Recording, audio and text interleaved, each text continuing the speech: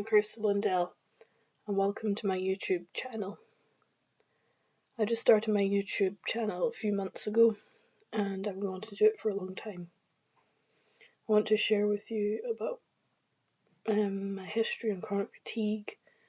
My aim is to raise awareness, to help people who are in recovery, someone you can contact for ideas and tips on how to manage your illness, and someone you can talk to who's been through it all.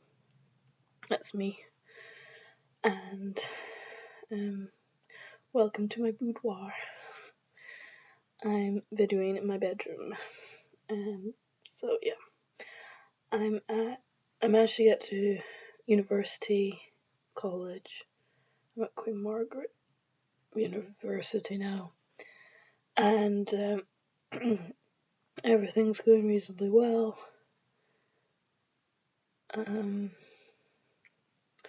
Yeah, so this is my first video.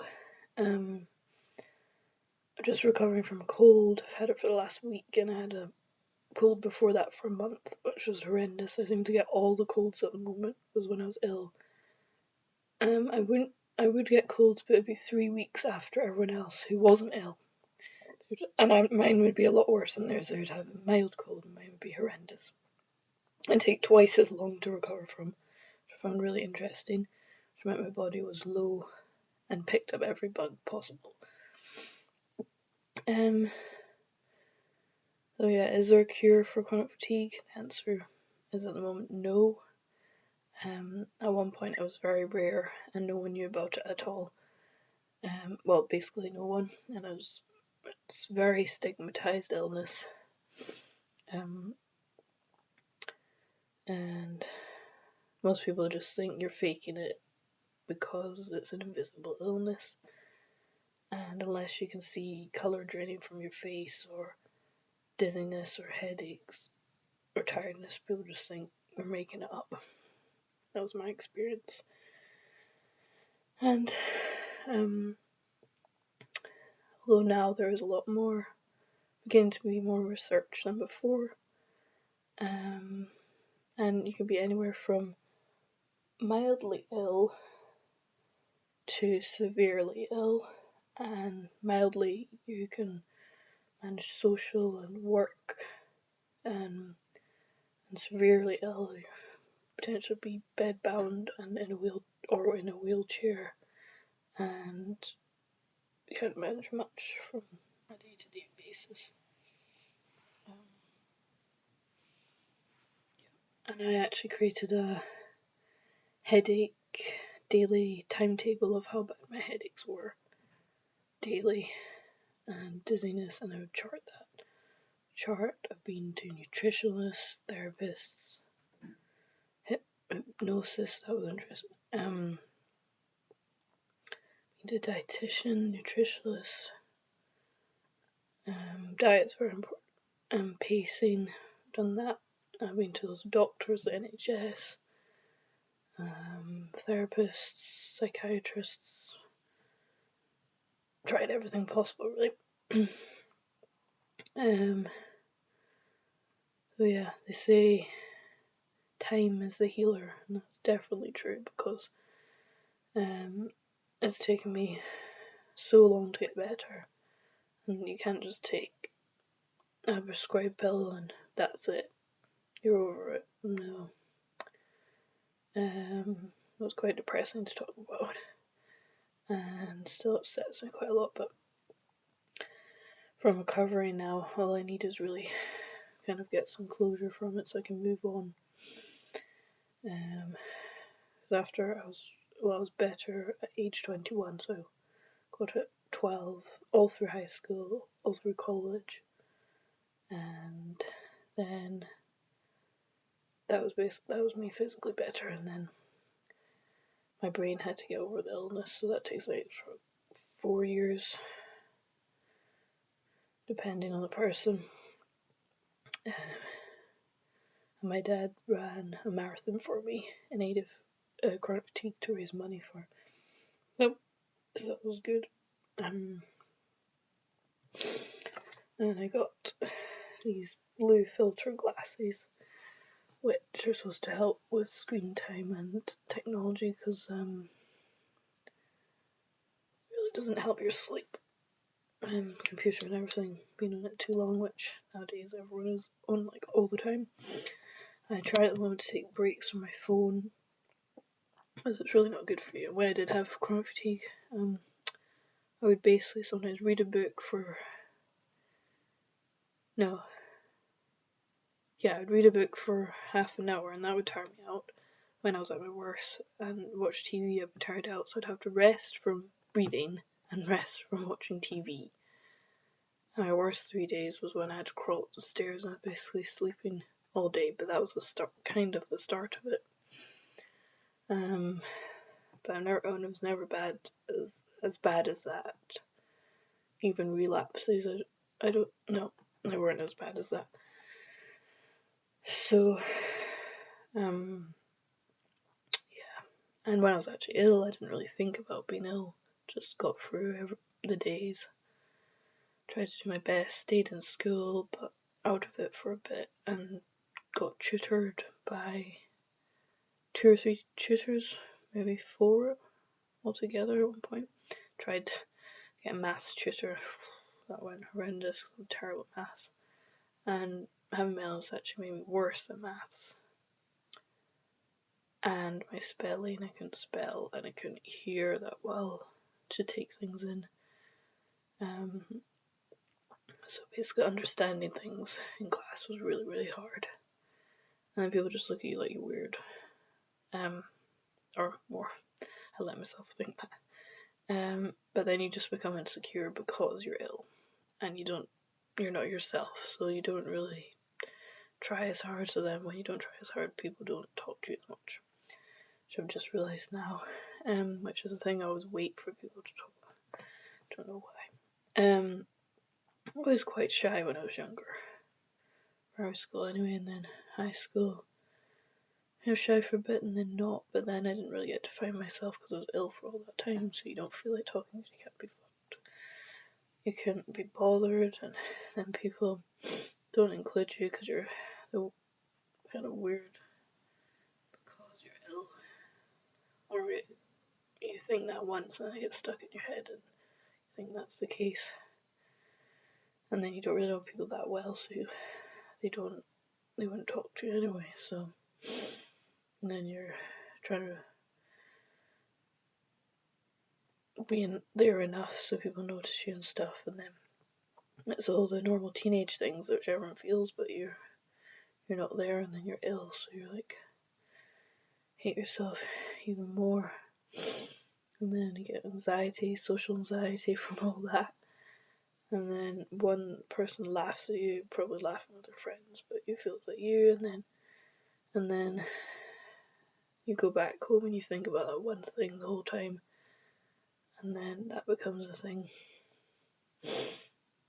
I don't know about high school these days, but I'm sure everyone hates it. There'll be probably no high school that's completely nice. I know that's the culture of high schools. People aren't that nice. You get the popular ones, the weird ones, all the different groups. It shouldn't really be like that at all, and it's very judgmental. And unfortunately, even after high school, you have all the groups as well. It's probably much the same.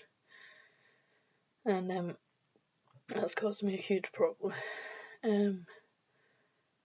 Social anxiety about it, and then more judgmental I'd like to be, but you have to judge people to extent, or you wouldn't choose the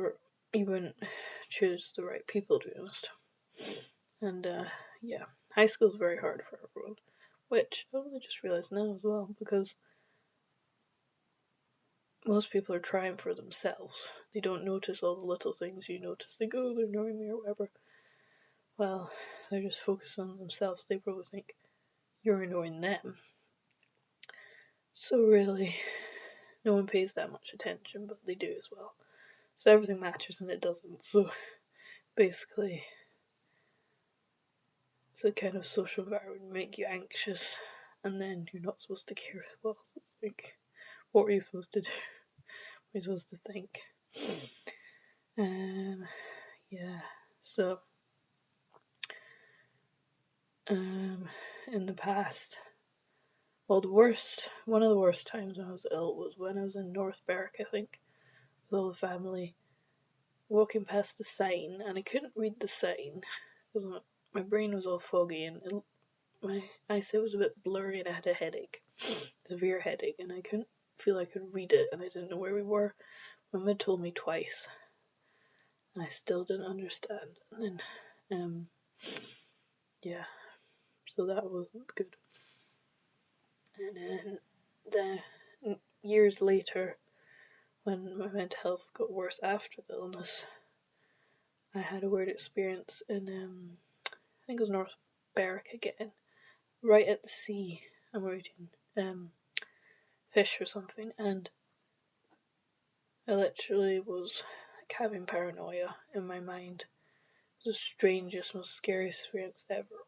And it was windy and the curtain was going to blow away or whatever, but like my mental health was the worst it's ever been that day, and it was horrible. And I think it's from chronic fatigue, illness for 9 years in your brain. Like, look what that would affect. Yeah, so anyway, I'm not sure why it was so bad that day, but that was horrendous and very, very scary. I couldn't tell anyone how bad it was because I couldn't actually feel I could speak, because basically I felt I couldn't see. I could see, but in my mind I couldn't see, and everything was like a weird, hazy, fuzzy. It was, oh my god, it was really surreal. I don't know why it was so bad that day, but if your brain, basically I feel I have post-traumatic stress trauma disorder from having an illness for 9 years. Basically my brain has physically done the illness. No, my body's done the illness, but my brain has to re-experience everything again. Yeah, so that's what I feel happened. Yeah, so social experiences over the years have been hard, but I've tried everything possible, and I keep on doing loads of stuff. My social anxiety is one of the hardest things, because I think I'm naturally shy. No, actually, I'm a bit shy, and then I can be outgoing. Not really outgoing, but in between, I think. And then, if I get on well with people, I'll chat a lot. And yeah, but still figuring out who I am after all these years. I did try to learn to drive as well, but that was hard. So I've given up that for a bit. It's hard to do anyway, but with severe anxiety like I have, and basically my brain not quite working properly, is like one clog is dysfunctioned, where I can't work out something or think I can. Well, that we need practical skills which I don't have. Anyway, some other time. And then so yeah, and I've done loads of different part-time jobs, which all helped me and not seem to have not as well. And I'm really traumatized from recent experiences. I worked with this I think it's alright to talk about. Yeah. Well, what do you call it? Personal assistant for a disabled woman. At the moment, I'm not going to say her name. It's supposed to be client confidentiality, but because she acts so atrocious, I don't really honestly care. Very horrible, and whether it's because of all her conditions that she was horrible to me, but she emailed my university and complained about me and made up loads of stuff, and like it just sounded like absolute nonsense. I understand having like autism OCD, post-traumatic stress disorder, severe anxiety disorder, could cause you to act out like that, and bipolar as well. Like, you wouldn't be yourself if you had all that stuff to deal with, but there's no need to be vindictive about it. She wanted to get me back, and she said no one gets away, even the nurse. So she seemed like she got on well with a few. She had loads of staff, like, kept on firing them. So I was the longest, I think, staying person, 6 months. And she said I understood her at the end, so I got through somehow. That made me a bit deranged, and I got major trauma from that. I've never understood trauma before, but God, I'm my own test subject. This could be very dark for some people, but yeah. So I'm just really, yeah. So I would never do that job again. It was a part-time job and should have been quite easy in a way, even though it was challenging. But if the lady had been nicer, I would have stayed for longer. But she really upset me. It was very hard to deal with. And she didn't pay me for some upset with her sink. Because basically one of the other staff members blocked the sink, and I had to sort it out, and then I ended up got more blocked than before, and I was supposed to pay for it. So yeah, just loads of stuff like that. She would be really kind of nice in a way, like provide food or whatever, and then later on she was like, "Why did you eat my food? I don't share food." And then she would let you have a drink or whatever at the Highland show, and then turn around later and say you were drinking on the job, which I should have been careful about and said, no, I can't drink, I'm working. But me being like naive and all, I just drank it because she gave me permission, because she's not just someone I work for, she's also my boss. So I suppose that is why I said yes. It's hard to gauge those things. Lesson learned. But I had to look after a little dog, and the dog wasn't that nice. But terrible experience to deal with, and I was still trying to figure out whether she's a mean person or whether it's her problems, but I try to find the good in all people, and I don't regret doing the job in some ways, but how badly it affected me, I do regret, because every day I would criticise, too slow, not doing this right, not good at teamwork seemingly, chopping things wrong, taking too long to do something because so-and-so did it quicker, and not as smart as other people, and can't remember stuff, need to study more, stuff like that. But it's unforgivable emailing someone's university, 6 emails to all my psychology lecturers. Yeah, I'm not really sure why she did that. It's because she fired me and told me I'd left at the same time, so I think she was a very manipulative person and potentially narcissistic. That was my feeling about it, because she was very disrespectful and would phone at like 10 or 12 at night. But then, if you're not well, maybe you would do that. So there was kind of no professionalism. But then I got told I wasn't being professional, and I had to go for a walk for 10 minutes and think about if I was being professional or not. Yeah, I was once 1 minute late, and then I got in trouble for that. So, yeah, I would not work in that sector again. Very stressful, and I tried my best. But then my best wasn't good enough for her. So, yeah. So, yeah, and that was affecting me a lot. And then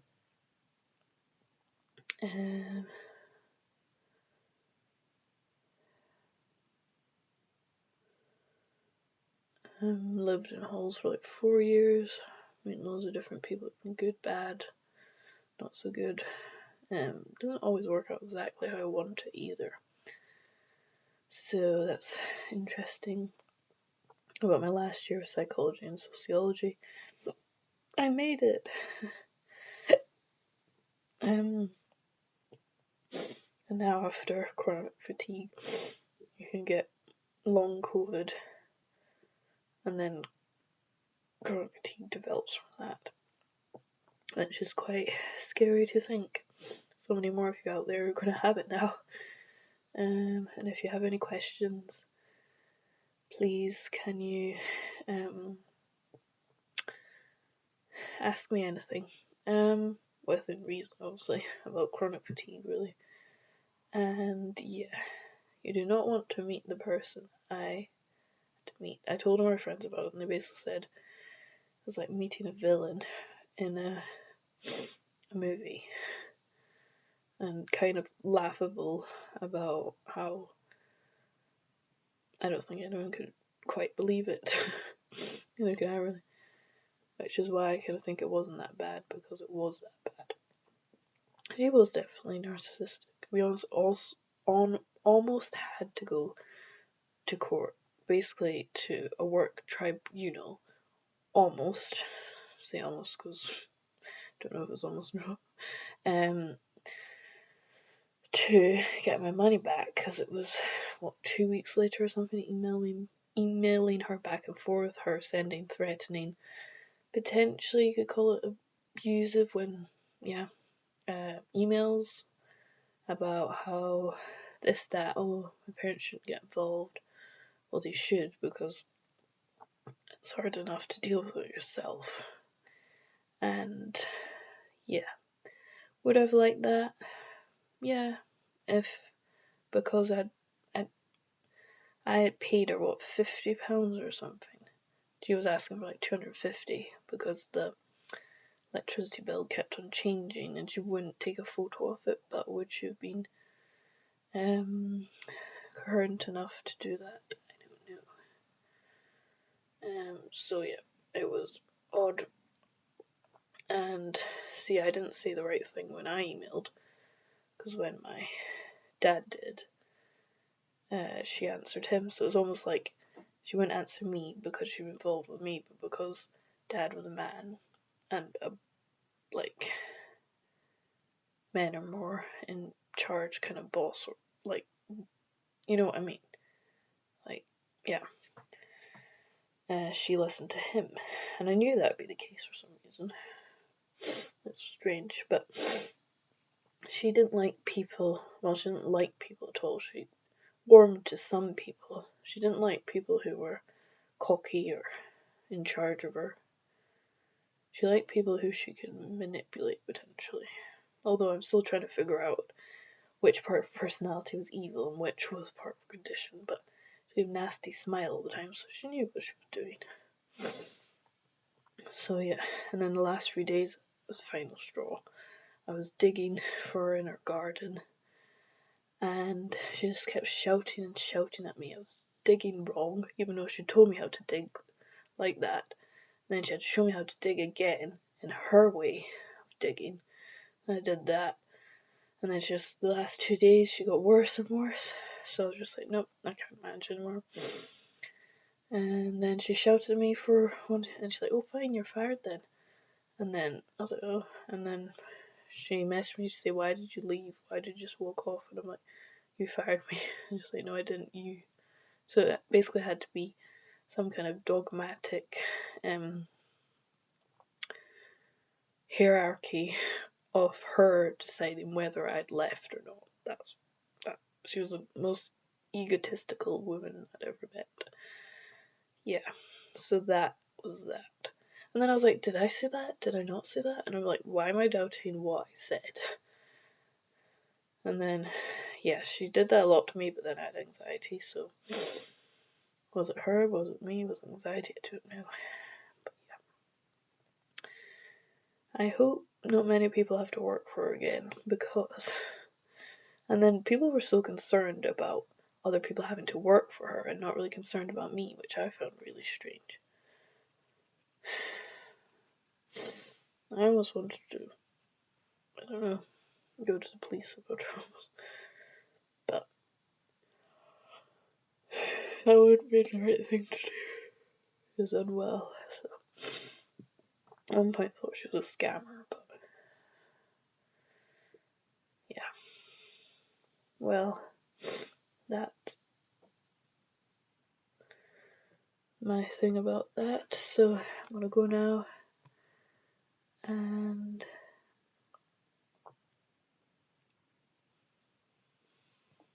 thank you and goodbye.